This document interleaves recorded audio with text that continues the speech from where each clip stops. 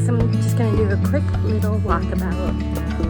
I'm a little under the weather. I am poisoning so bad. My husband's kind of mad at me. He's like, why didn't you let me pull it out? I get so frustrated with it, and I thought it was immune to it, but I'm not.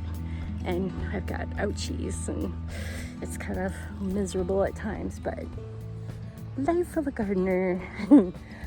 Today I'm going to do a quick little walkabout. I'm going to show you, we're going to feed my fish in the big pond, and we're also going to come out and look at a rose Sharon and a few other little things as we walk about.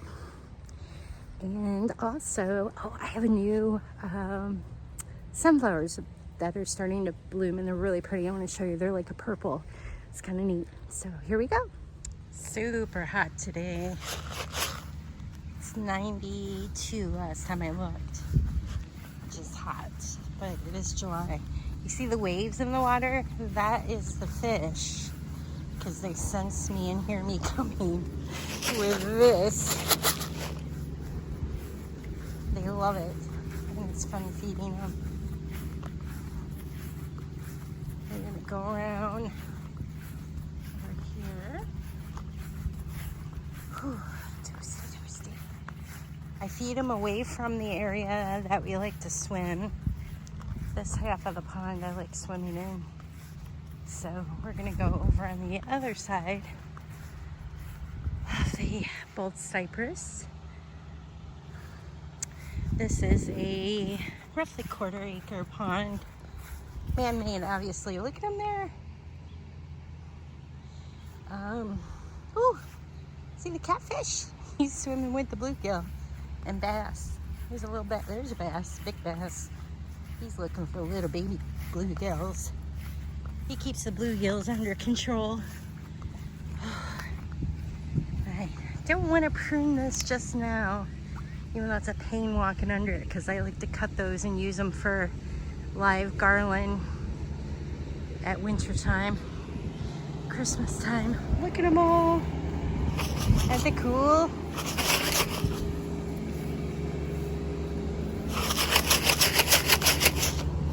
I swear they can hear. Look, here they come. Alright guys. Alright, give me a sec. Okay, here's what we do. I usually just take a pinch. I'm gonna try to, there's the other koi. That's cow.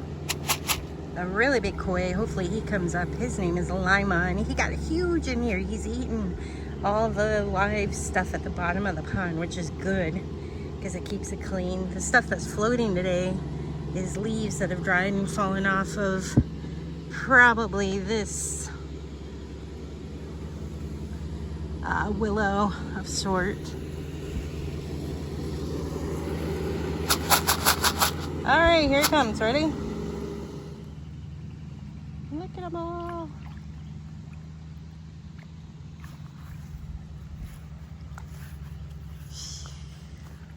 I hate these days when you just walk outside and you stand and you get sweaty just standing. Ugh, humid in Ohio. Look at them all. I tried to dump it close so you could see them. Ooh, catfish. There's the catfish. Threw it kind of close just so they come up close so I could video them good. There's lots of bluegill, white catfish, one white catfish, only one catfish in here. Right now there are 3 grass carps, which you have to sign for in Ohio to get them in your pond. They eat everything at the bottom, all the live plants. That's why I don't have lilies in here anymore, which is fine. The pond is healthy and cleaner, and we can swim in it without all the algae growth and stuff. Low maintenance, really, with the right fish. Look at them all. Oh, that's too close. That was mean. All right, I gotta get my other hand free. Let's see, is somebody gonna come up and get that? The babies are checking it out.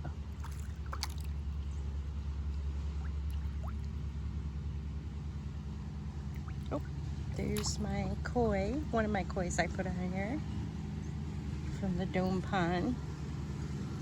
Oh, see him, he's checking it out, that big carp. Okay, I'm just being mean. I'm gonna have to throw these out. Pause. This is cool. He just skims across the top, eating it all. My cats must be sleeping somewhere. They usually come out here with me when I feed them. It's hot today. They're probably napping under shrubs. Look at them all. Thank goodness for the cool breeze today. I'm not sure if I'll go swimming today. It's hot. Ooh, you know what that was? That was a smallmouth bass trying to get a baby bluegill. Just keeping them under control in here with the population with that. I was hoping Lima would come up. He is so big. He is as big as the catfish now. That koi of mine. In just a year, roughly. He loves it in here. Look at these guys eat.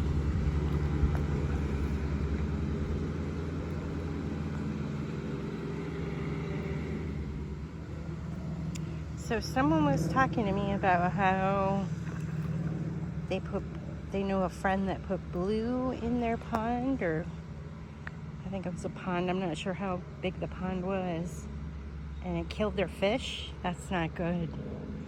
I'm not sure what kind of blue that may have been. I can share a link to the one that we use now. We're really happy with it. It actually does a really good job. And like I said, this is a 1/4 acre roughly. And it's about 16 feet deep in certain areas. Obviously not the whole thing.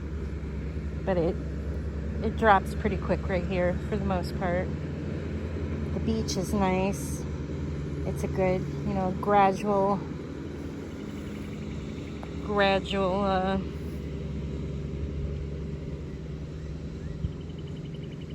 depth. I don't know how you say that. And it's sand. And then by the time, I don't have the water fountain thing on right now. I should go turn that on. But once you hit that, it's about 4.5, 5 feet, and then it drops, which is about right in that area, kind of. It's deep over in here and out here. But the blue, we've gone through a few different kinds. There's a new one out that's like a, ooh. There's a new one out that is like a turquoise almost. And I wasn't really happy with how that one was. It wasn't really filtering the sun. So what you do, you put the blue in and it shades the water below. What you see some growth like a ledge here, and what that is root system. That's roots coming through from these conifers, these old conifers in here. And that is roots from them coming through. So the fish do kind of eat at that, which is a good thing, because it's only a little section, and it actually makes a little shelf where the other fish go underneath it. So it's kind of a nice little shelter to some degree. But anyhow, the blue kills algae and other growth that would be down, deeper in the pond. You'll get long algae growth, different types of plants you don't want in your pond when the sun is warming it up and hitting it. It's getting sun. So what this does is kind of like a good greenhouse covering, and the blue shades it so they don't grow. And it works. It worked. This one we've got the last couple of years, plus the right fish. It works great. Look at all those fish. I love them. They're like my little babies.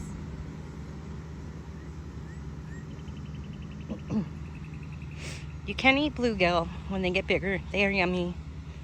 We do that every once in a while. But right now, things are pretty good here. Look at them. It's a whole school of them there. And there, of course, is the smallmouth bass. It's funny, the big bluegill let the bass hang out with them, because the bass will eat the little baby bluegill. Well, it looks like all the food's gone. They ate it all for today. I gave them about 2 cups roughly. So these fish are a lot like, you know, they're koi in a way, a few of them. And they will just keep eating and eating and eating. So you don't want to keep giving them food. So I try to feed them daily this time of year. And that's it. All right.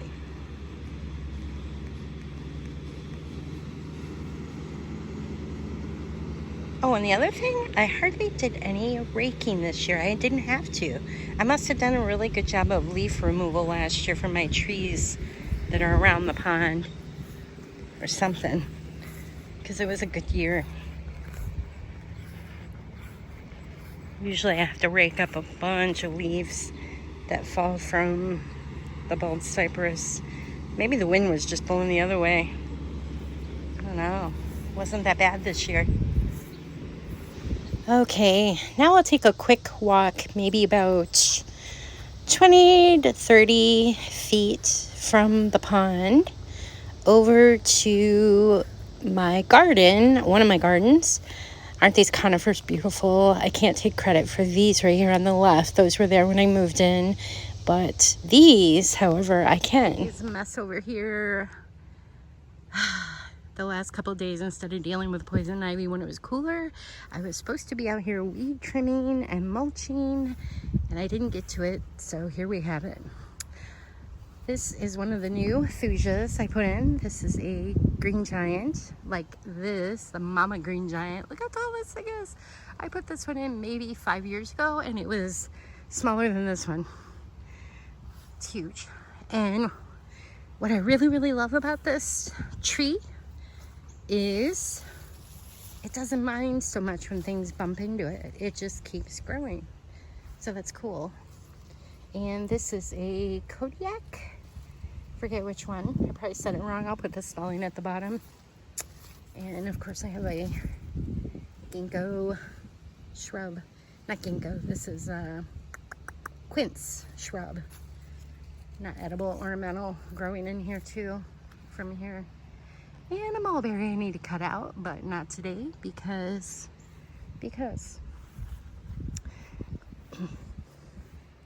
So this is beautiful, beautiful green giant thuja. And I put another one in. I'm kind of making a block here.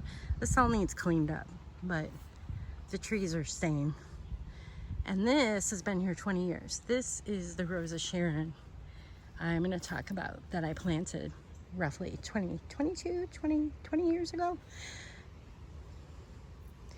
Note, the thuja keeps growing. It doesn't mind things bumping into it, but I am going to go ahead and get in here and prune this back. So I've got some weeds in here, but I wanted to show this Rose of Sharon back here. If you see, this is an older Rose of Sharon. I had this one in here maybe 20 some years. I think I put this in roughly the first year we were here. So it's an older one. And if you see here, it's kind of died back. So what happens at the base, new shoots come up on the older trees, or shrub. It's a shrub actually, it's not a tree. And I don't know if this one's gonna come out as easy as the other. I may have to cut that out. But here's a piece of it here that I just pulled out. And it's kind of good to thin them. That way the new growth just keeps going on that. You know, trees and shrubs do not last or live forever. They all have a life expectancy like we do. I'm gonna walk on the other side and see what you can see there. Here it is. This Rose of Sharon is huge. As you can tell, oh, check this out. It's actually blooming on the branches that were struggling. I'm still gonna go ahead and prune those back. So part of it is dead, just because, I mean, I don't know, it could be age, could be numerous things. Get in there. Let's get to it so you can see it here.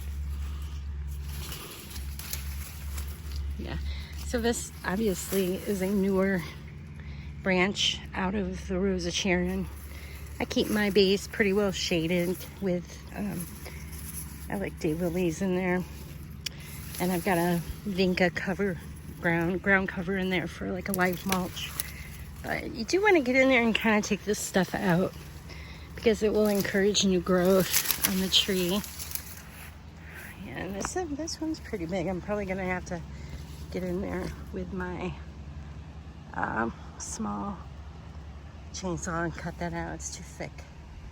But that's what happens. Luckily, there's new growth here. And the tree still looks really good. And it's an old one, so you want to take care of them. But see how there's this was new growth. See my poison ivy? Looks worse than it feels actually right now. It blistered. But here it is. This is one, I feel like I had my, I feel like the tag was still on this one so when I put it in. But yeah, see, new growth comes out of the base of it like this. This is a new branch. And it will just kind of grow tall and take over for the older branches as you prune those back and cut them back. It's good to give them a good pruning because like I said, they don't live forever and you gotta maintain them a little bit. They're not a tree, they're a shrub. They can act like a tree. But there it is. I have two next to each other. Here's the other one. This one's doing a little better. I cut this one back a few years ago. Not all the way back, I just prune it a little. Take any dead off and clear the space at the bottom so new can come up like this. New branches will come up. Let's see if we can see. See how they're coming out of the bottom there? That's good. These will grow tall and big while these die back. These little ones will take over. That's what I do with those. It's a pretty tree. This one's a pretty one. This is, oh, I forget which one. I know this is a proven winner one. I had the tag somewhere. I swear it was on here. Okay, I'm not finding the tag, but I do know it was a proven winner, and one way I could tell that is too is there's not new sprouts coming. The old varieties of Rose of Sharon, the seeds were not sterile, and you'll get babies popping up all over the place, especially in a space like this, where I kind of let it go with ground cover. So this is a proven winner. These seeds, once they bloom, they're sterile. They won't produce new. I've got a few in the back that are not sterile. They're old varieties. And I get tons of little babies around them. But not these. There you have it, yep. In fact, I can show you one that came from a old-fashioned one. Back in my garden, here's this one. They're pretty. I forget what this one's called. Maybe Satin or something. I don't know. It's pretty though. Hot today. All right, so this is one that is a heirloom, and this one I grew from seed. It's not blooming yet. This is a later bloomer. Looks like the Japanese beetle got to these leaves so bad. This is a space where I do have to keep watching because I'll get Rose of Sharon popping up. There's some blooms, they're coming. So pretty. This one's a pretty pink with a cranberry middle. I'll share it with you when it blooms. I'm anxiously waiting to see what color this is. A butterfly bush, one of the older ones. And I really hope it's white. But, you know what? I'm guessing it's going to be purple. Yep. Which is just fine. It's pretty. Let's get in here and cut these back. Okay, I'm not going to pan down because I've got tons of weeding to do over here. But these are my new sunflowers I'm growing this year. Look how neat they are. Isn't that cool? Curious to see how big these are going to get. That might be it. It's about 4.5 feet tall.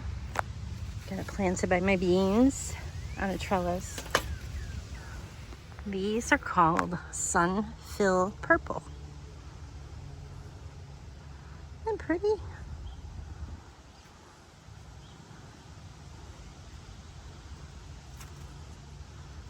They get a little bigger. I'm not sure how big they're supposed to get. These are only about maybe 3 inches so far, and stand, like I said, 4.5, 5 feet.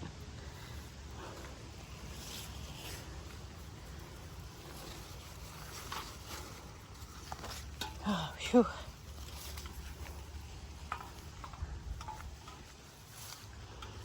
I planted these from seed. I've got so much weeds, too many weeds coming up. Actually, in the spots I didn't weed, that hard rain we got, the weeds actually helped the sunflowers not tilt. I've got a few that are knocked over. But I think what also helps is where I've got them planted. I planted my a few of my sunflowers in between about, I don't know, it's roughly 10 feet worth of trellising that has beans that kind of work as a wind block. Same on this side. So it's kind of sheltering the sunflowers, I think. But the weeds coming up kind of help too, I think. But, oh, I do need to get in there and weed, but whew, too hot. Ooh, I can't wait till this is a different variety. All right, so you'll have to come back to see other videos with these other sunflowers that are getting ready to open. All right, well, thank you for checking out my video today. I hope you consider subscribing if you're watching this on YouTube. Be sure to check out my website if you're not over there already for more information on where you can connect with me. Until next time, I hope you get out in the garden. Even though it's hot, just drink a lot of water and stay out of the sun. And poison ivy. Stay out of the poison ivy. There's some over there.